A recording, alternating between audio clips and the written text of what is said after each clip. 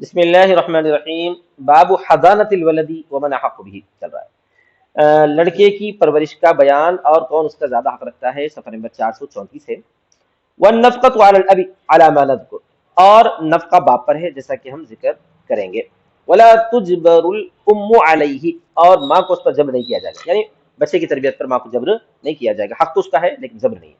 لانها عصت تعجز عن الحضانۃ, اس لیے کہ کبھی کبھار وہ پرورش کرنے سے عاجز ہو جاتی ہے. فإن لم تكن له ام, ٹھیک ہے, بچے کی تربیت کا حق سب سے پہلے کس کو حاصل ہے؟ ماں کو. اگر اس کی ماں نہ ہو, یعنی ماں مر گئی, پھر کس کو حاصل ہے؟ فإن لم تكن له ام فأم الام اولى من ام الابی, تو ماں کی ماں زیادہ بہتر ہے باپ کی ماں سے. نانی, اردو میں جو ہے نانی دادی بولنے کا رواج ہے لیکن عربی میں نہیں ہے.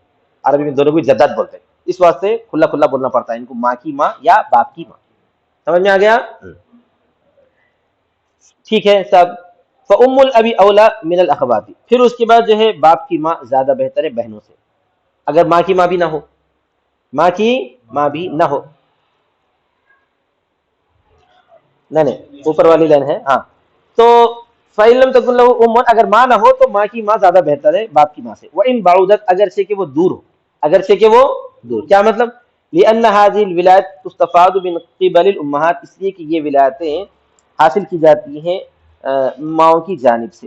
دور ہو کا مطلب یہ ہے کہ نانی ماں کی ماں ہوتی نا, اس کی ماں سمجھو, نانی بھی نہیں ہے, ماں بھی مر گئی تھی, نانی بھی مر گئی تھی, نانی کی اماں ہے موجود, اتنی بڈھی ہو گئی, تو انہیں حقدار رہتی, وہ نہ چاہتا ہے. دور والی کا مطلب یہ, ٹھیک ہے.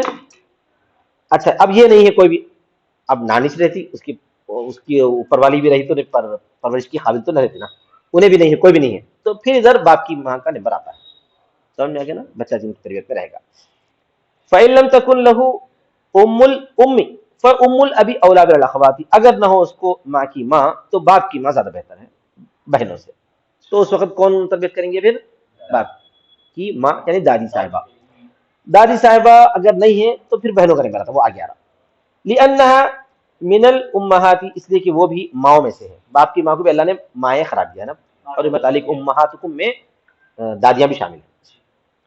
ولہذا تحرز میراثہن السدس, اس واسطے جمع ہوتی ہے ان کی میراث چھٹویں حصے میں, اس لیے کہ ان کی میراث جو ہے چھٹویں حصے میں جمع ہوتی ہے. کیا مطلب؟ میراث میں تم لوگ پڑھیں گے اس راج میں کہ ماں نہ رہے تو نانی کو اور دادی کو, نانی یا دادی دونوں میں جو بھی رہے ان کو چھٹا حصہ ملتا ہے, ماں نہ رہے تو. اچھا, ولی اوفر شفقتا للولادی, للاولادی ہونا چاہیے, للولادی, اس لیے کہ اچھا ولادی بھی ٹھیک ہے پیدائش کی وجہ سے, اس لیے کہ وہ زیادہ شفقت والی ہے ولادت کی وجہ سے.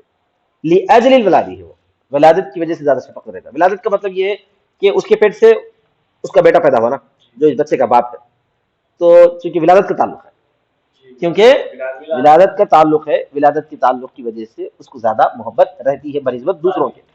کس کو؟ دادی. ٹھیک ہے. فإن لم تكن له جدۃ, اب یہاں پر جدہ کا لفظ استعمال کریں. اگر اس کے لیے جدہ ہی نہ ہو, نہ نانی ہے نہ دادی, پہلے نانی کا نمبر ہے اس کے بعد دادی کا نمبر ہے. اب وہ بچے کو جو ہے ماں بھی نہیں ہے, نانی بھی نہیں ہے, دادی بھی نہیں, اب کیا کیا جائے؟ فالاخوات اولا من العمات والخالات, تو اس وقت بہنیں کا نمبر آتا. اب بہنوں کا نمبر کا مطلب بہنیں کس کی؟ بچے کی بہنیں, یعنی ان کی بہنیں بڑی بڑی ہو تو, ان کی بہنیں بڑی بڑی ہو تو. آج کل کے حساب سے ہم سوچ رہے ہیں, پہلے ویسا نہیں رہتا تھا نا بھائی, پہلے جو 17-18 بچے رہتے تھے تو بڑی بہن بہت بڑی رہتی تھی, اس کے بڑے بچوں کے سے بھی چھوٹا رہتا تھا اس کا بھائی. تو اب حقدار کون رہیں گے؟ بہن رہیں گی, ایسا یہ مطلب. فالاخوات اولا من العمات والخالات, تو بہنیں زیادہ بہتر ہے پھوپھیوں سے اور خالوں سے. لأنهن بنات الابوین, اس لیے کہ وہ ابوین کی بیٹیاں ہیں. ابوین کی بیٹیوں کا مطلب کیا ہے؟ ماں باپ کی بیٹیاں ہیں. ولہذا قدمن فی المیراث, اسی وجہ سے انہیں میراث میں بھی مقدم رکھا گیا ہے. اسی وجہ سے ان کو میراث میں جو ہے, اگر مرنے والے کے بیٹے اور اسی طرح باپ دادا نہ ہو تو اس وقت بہنیں حقدار ہوتی ہیں. سمجھ میں آ گیا؟ بیٹے پوترے رہے تو بہنیں حقدار نہیں رہتی. وفی روایت الخالۃ اولا من الاخت, اور ایک روایت میں ہے کہ خالہ جو ہے زیادہ بہتر ہے بہن سے. سمجھ میں آ گیا نا سر؟ کیوں؟ یہ قول علیہ السلام نبی صلی اللہ علیہ وسلم کے اس قول کی وجہ سے الخالۃ والدۃ، یہ خالہ والدہ ہے۔ بعض لوگ بول رہے ہیں کہ بہن کو دینے کے بجائے کیا دینا چاہیے بھائی؟ خالہ کو دینا چاہیے بچے کی تربیت، بعض ایسا بولتے ہیں کیونکہ حدیث شریف میں ہے کہ خالہ کا مرتبہ ماں کے برابر ہے۔ یہ قول علیہ السلام۔ اچھا، وقیل فی قول تعالی ورفع ابویہ علی العرش انہا کانت خالتہ، اور ایک کہا گیا ہے اللہ تعالیٰ کے اس قول میں کہ حضرت یوسف علیہ السلام نے اپنے ماں باپ کو تخت پر بٹھایا تو وہ ان کی ماں نہیں تھی، کیا تھی وہ؟ خالہ تھی، کیونکہ ان کی والدہ تو بچپن میں گزر گئی تھی، تو انہوں نے کیا کیا تھا، ان کی بہن سے نکاح کیا تھا، اپنی سالی سے انہوں نے نکاح کیا تھا۔ وہ انہا کانت خالتہ، یہ ان کی خالہ تھی، خالتہ۔ وتقدم الاخت لاب وام، اور مقدم ہوگی کون؟ لاب و ام، بہن۔ یہ لاب و ام بہن کا مطلب سمجھو، حقیقی بہن کو عربی میں بولتے ہیں اخت لاب و ام، یہ تو آیا نا اس سے پہلے نکاح کے بارے میں، نہیں آیا؟ نہیں آیا؟ حقیقی بہن کو کیا بولتے ہیں؟ اخت لاب و ام، اور اللہ کی بہن کو کیا بولتے ہیں؟ اخت لاب۔ اخیافی بہن کو کیا بولتے ہیں؟ اخت لام۔ نہیں پڑھے یہ؟ تو حقیقی بہن مقدم ہوگی، لأن اشفق، اس لیے کہ وہ زیادہ شفقت والی ہے۔ ثم الاخت من الام، پھر اس کے بعد اخیافی بہن حقدار ہوگی، کون کی؟ ماں کی بیٹی۔ ثم الاخت من الاب، پھر اس کے بعد باپ کی بیٹی، پھر اس کے بعد اللہ کی بہن بعد میں۔ وراثت کی ترتیب میں پہلے اللہ کی ہے، بعد میں اخیافی آتی ہے۔ آیا سمجھ میں؟ لأن الحق لہن من، اس لیے کہ حق ان کے لیے ماں کی جانب سے ہے۔ حق ان کے لیے کس کی جانب سے ہے؟ ماں کی جانب سے، ماں کی جانب سے، کیونکہ تربیت کا حق کس کو ہے؟ ماں کو ہے نا، تو ماں کی بیٹی کو پہلے نمبر پہ آئیں گے، بولنا چاہتے ہیں۔ اب بہنیں حیث سمجھو، بہنیں حیث، اب کیا کرنا؟ ثم الخالات، پھر اس کے بعد خالہ آتی ہے۔ خالہ کو تو وراثت نہیں ہے، خالہ کو وراثت نہیں ہے، لیکن جو تربیت کا حق حاصل ہے۔ ثم الخالات اولی من العمات، تربیت کا حق ہے، زور زبردستی نہیں ہے، تربیت کا انہیں پیشکش کرے تو آئی بات سمجھ میں؟ پھر خالائیں زیادہ حقدار ہیں پھوپھیوں سے، ترجیحا لقرابت الام، قرابت ام کی ترجیح دیتے ہوئے، ماں کی قرابت کی وجہ سے، ماں کا حق ہے نا اس واسطے، ماں کی بہن ہونے کے ناطے۔ وینزلن کما نزلنا، اور وہ اتریں گی ایسے ہی جیسا کہ بہنیں اترتی ہے، بہنیں اترتی ہے۔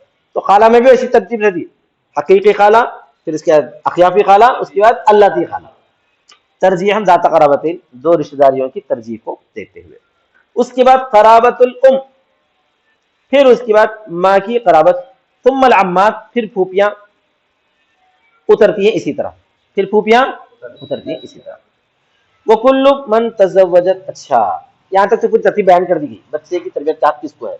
ماں، نانی، دادی، پھر اس کے بعد بہنیں، پھر اس کے بعد خالائیں، پھوپیاں، یہاں تک ہو گیا۔ لیکن لیکن لیکن لیکن لیکن جو ہے ان میں سے کسی کی بھی شادی ہو گئی اس کا حق ختم ہو جاتا ہے۔ چاہے ماں کی شادی بھی ہو گئی تو اس کا حق ختم ہو جاتا ہے۔ ماں کی شادی کا مطلب ہے تفریق ہو گئی تھی، چھوٹا بچہ تھا، اب ماں اکیلی کب تک رہیں گی بھائی؟ بیوی، اس کو شوہر کی ضرورت ہے، انہیں کسی سے شادی کر لی تو بچے کی تربیت کا حق ختم، اس کو اب انہیں بچے کی تربیت نہیں کر سکتی، کیونکہ اس کا تو بیٹا ہے وہ، اب جس سے شادی کی اس کا تو بیٹا نہیں ہے نا بھائی، ہاں ان لیا کیا کر سکتی، دوسرا رکھنے کی اجازت تھوڑی دیتا، اگر دیا بھی پھر بھی اس کا پورا حق ادا نہیں کر سکتی نا بچے کا، تو پھر کیا کرنا ہے انہیں؟ نانی کی پناہ میں جانا ہے۔ آج بس سمجھ یہ پھر بچے کی زندگی خراب ہوتا ہے، کیا کریں گے؟ اللہ تعالیٰ خراب کر دیا الگ بات ہے، اللہ تعالیٰ خراب کر دیا کا مطلب ہے کہ موت آ گئی باپ کی، مر گیا، وہ تو قدرتی ہے، اس کا کچھ نہیں کر سکتے، لیکن لوگ اپنے ہاتھ سے جو خراب کر لیتے اس کا کیا کریں گے؟ کیسے؟ طلاق لینے کی وجہ سے، خلا لینے کی وجہ سے، ہوتا نہیں ہوتا ہے؟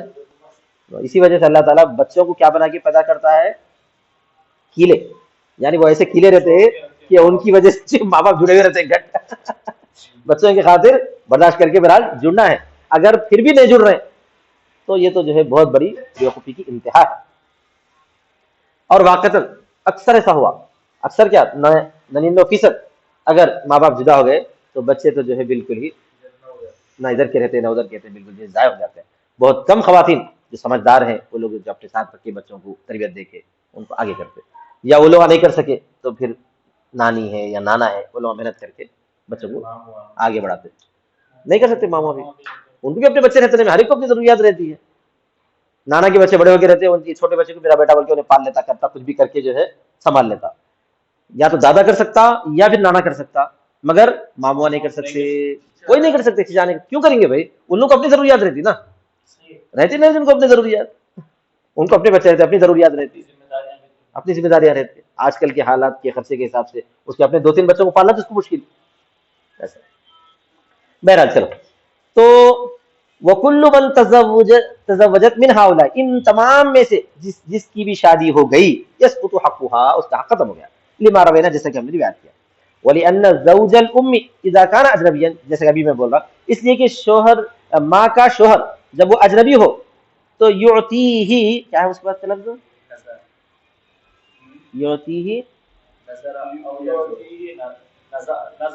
نظرا وینظر الیہ شذرا. اچھا، وہ اس کو دے گا کچھ اور اس کی طرف دیکھے گا سختی کے ساتھ. فلا نظر، تو اس کو کوئی شفقت نہیں کرے گا.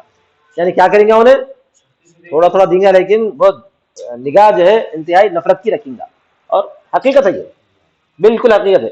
آدمی اپنا جو بیٹا ہے اس کو چاہتا ہے کیونکہ وہ اس کے پیٹ سے پیدا ہوا ہے. بیوی کا بیٹا اس کو کیا دوستی ہے بھائی. وقتی طور پہ تو شادی کرتے وقت بولتے ہیں نہیں میں پورا دیکھ لیتا ہوں، پورا پال لیتا ہوں، اپنے بیٹے کی طرح کرتا ہوں. سب جھوٹ بولتے ہیں، کوئی جو ہے ایسا کرنے والا نہیں ہے. تھوڑے دنوں کے بعد جو ہے انہیں اپنی مردانگی بتا دیتا اور بولتا جو ہے اصلیت ظاہر کر دیتا.